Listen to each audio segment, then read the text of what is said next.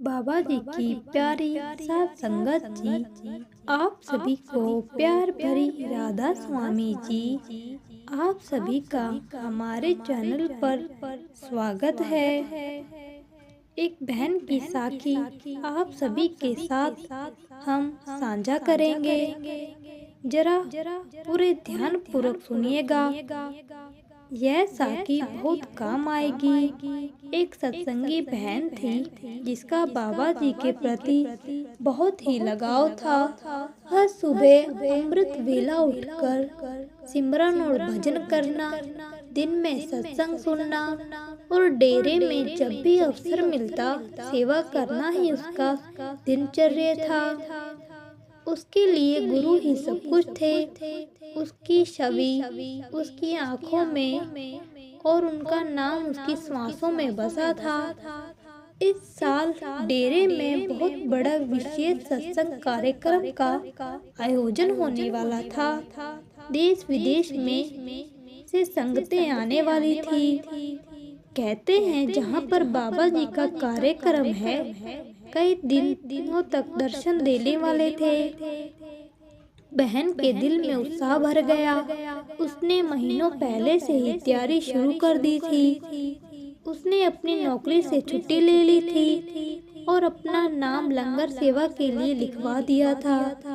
अपने गुरु घर में उनकी संगत की सेवा करने से बड़ा सौभाग्य और अपने गुरु घर में उनकी संगत की सेवा करने का सौभाग्य और क्या हो सकता था। मैं दिन रात बस यही कल्पना करती कि कैसे वह डेरे के पवित्र धरती पर होगी, गुरु के दर्शन करेगी और अपनी छोटी सी सेवा निभाएगी। कार्यक्रम में जाने के लिए बस 2 दिन बचे थे और उन्होंने अपना सारा सामान बांध लिया था। उनका मन पंछी की तरह उड़कर डेरे पहुंचना चाहता था। तभी उसके पड़ोस में रहने वाली शांति अम्मा, जिनका नाम था, उनकी तबीयत अचानक बिगड़ गई। शांति अम्मा एक अकेली बुजुर्ग महिला थी। उनके बच्चे शहर में से बाहर रहते थे और हफ्तों में कभी एक बार फोन कर लिया करते थे। वे थोड़ी चिड़चिड़ी थी, इसीलिए मोहल्ले में भी कोई उनसे ज्यादा बात नहीं करता था। मीरा भी उन्हें दूर से ही नमस्ते कर देती थी।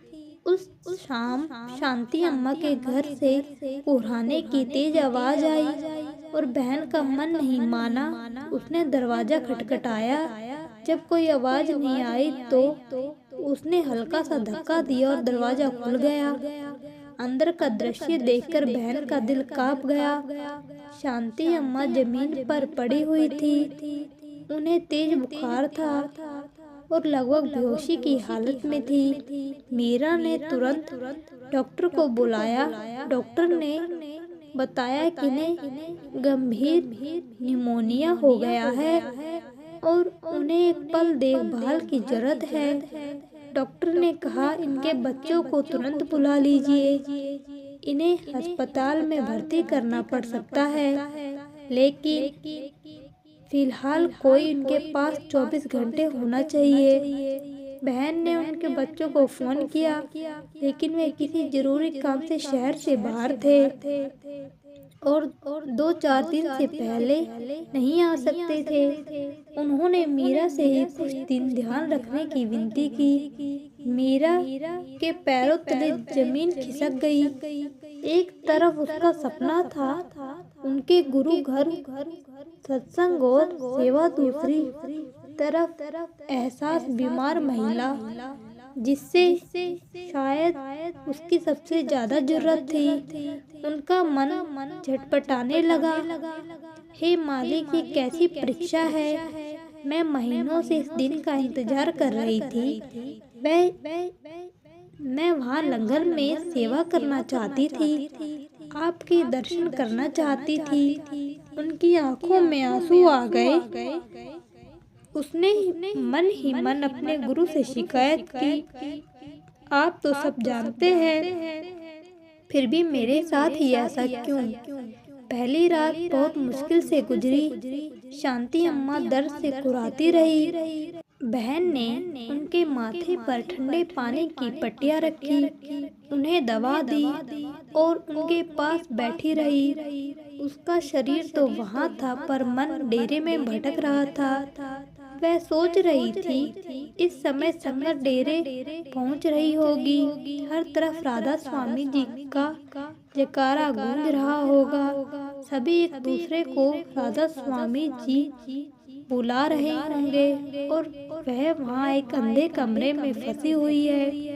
अगले दिन मीरा ने भारी मन से अपना बैग खोला और सामान वापस अलमारी में रख दिया।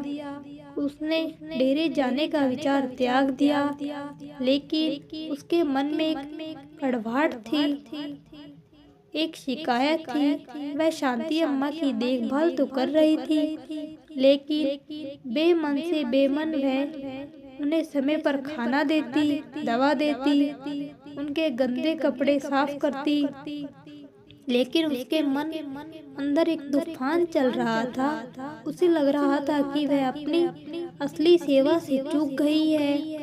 एक दिन शांति अम्मा को थोड़ी बेहोश आया। उन्होंने कमजोर आंखों से उस बहन को देखा और पूछा, बेटी तुम कौन हो? तुम मेरी इतनी देखभाल क्यों कर रही हो?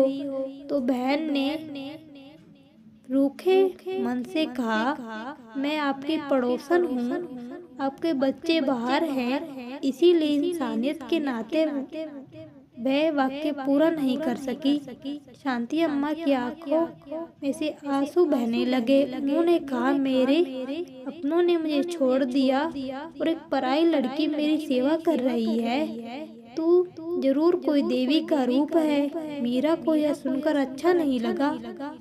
वह मन में बोली, देवी नहीं, एक बदनसीब हूँ जो अपने गुरु के पास नहीं जा सकी। शाम को मीरा ने अपने फोन पर सत्संग लगाया।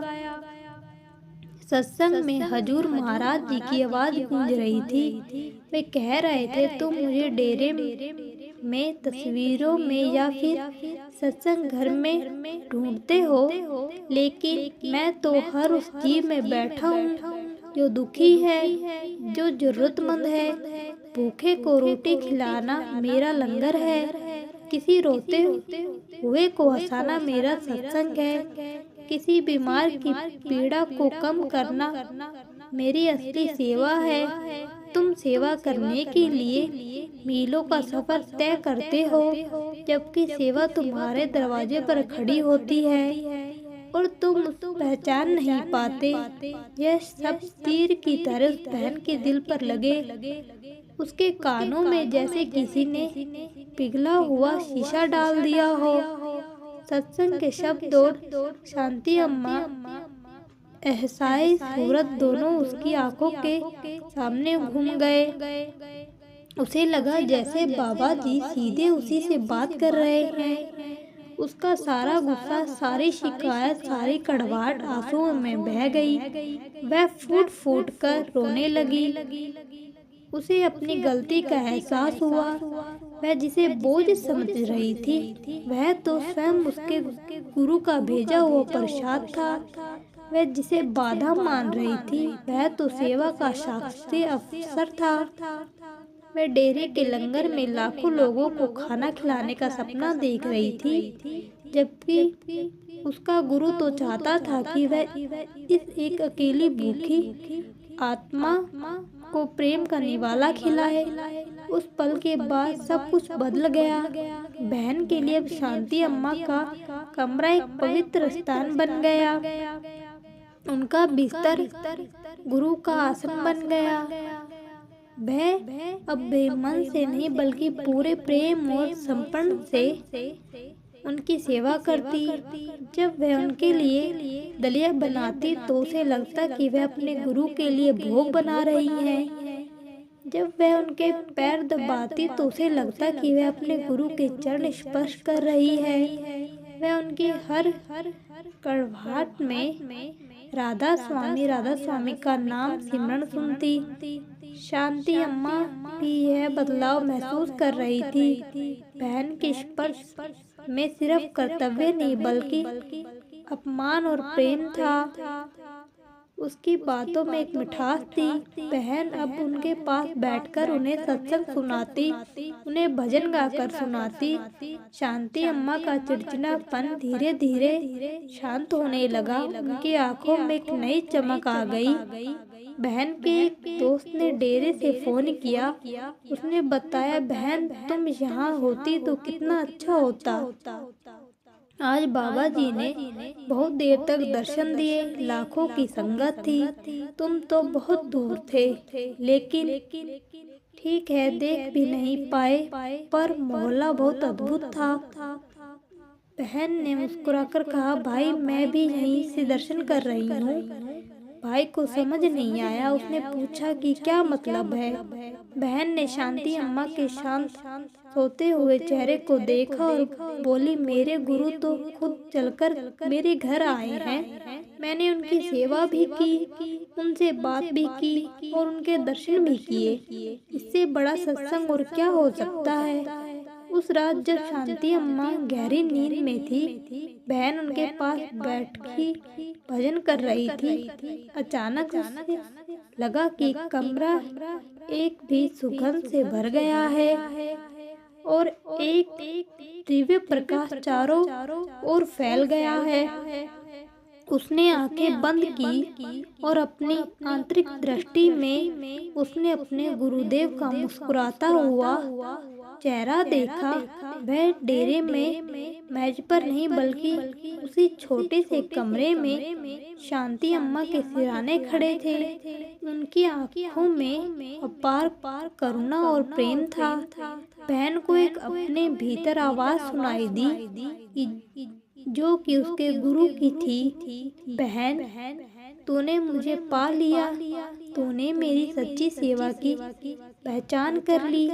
मैं यही हूँ हमेशा तेरे साथ। बहन की आंखों से आंसू बहते रहे। वह समझ गई कि राधा स्वामी जी का मार्ग केवल किसी स्थान पर जाने का या कोई कर्म कांड करने का नहीं है। ये एक आंतरिक अवस्था है। ये हर जीव में, हर परिस्थिति में अपने गुरु को देखना और प्रेम व करुणा के साथ अपने कर्तव्य को निभाने का नाम है। सच्चा सेवा और सच्चा सत्संग हमारी चार दीवारी के भीतर ही हो सकता है। हमारी नियत साफ और दिल प्रेम से भरा हो। उसका डेरा ना जा पाने का मलाल अब एक गहरे सुकून में बदल चुका था। उसने अपनी जिंदगी के बड़े से बड़ा सीख लिया था। और इस कहानी से हमें क्या संदेश मिलता है? इस कहानी का गहरा संदेश यह है, गुरु या परमात्मा किसी स्थान या मूर्ति तक सीमित नहीं है, बल्कि वह हर जीव, विशेषकर हर जरूरतमंद और दुखी प्राणी में बसते हैं। सच्ची सेवा किसी विशेष स्थान पर जाकर भीड़ में शामिल होना नहीं हो सकती वहाँ पर, बल्कि अपने आसपास किसी भी दुखी आत्मा पीड़ा को प्रेम करना और निस्वार्थ भाव से दूर करने का प्रयास करना। जब हम हर जीव में अपने गुरु का स्वरूप देखते हैं, सेवा करते हैं, तो हम वास्तव में उन्हीं की सेवा कर रहे हैं। यही सच्चा सत्संग है और यही सच्ची भक्ति है। गुरु की कृपा पाने के लिए हमें कहीं दूर जाने की आवश्यकता नहीं है। वह हमारे कर्मों और हमारी भावनाओं के माध्यम से स्वयं हम तक पहुंच जाते हैं। तो गुरु प्यारी साथ संगत जी, एक छोटी सी साखी आप जी के साथ हमने साझा की। तो इस साखी से आप भी बहुत सारी हिदायतें ले और अपने प्यारे सत्संगी भाइयों के साथ शेयर करें और हमारे चैनल को सब्सक्राइब करें। राधा स्वामी जी।